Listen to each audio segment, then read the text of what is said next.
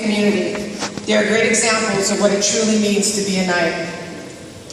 This 2014 Knight of the Year recipient is a tremendously determined young lady. She is a special example of what it truly means to be a Knight.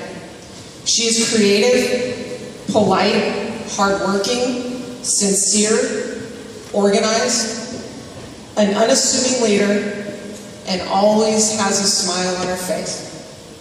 As a Knight, she has been involved in CSF, Interact Club, Varsity Club, Key Club, National Honor Society, Link Crew, and served as San Marcos High School's school board representative. She competed on the varsity track team for 4 years, is currently captain, and holds 5 school records. She is a varsity cheer captain and has been on the team for 4 years.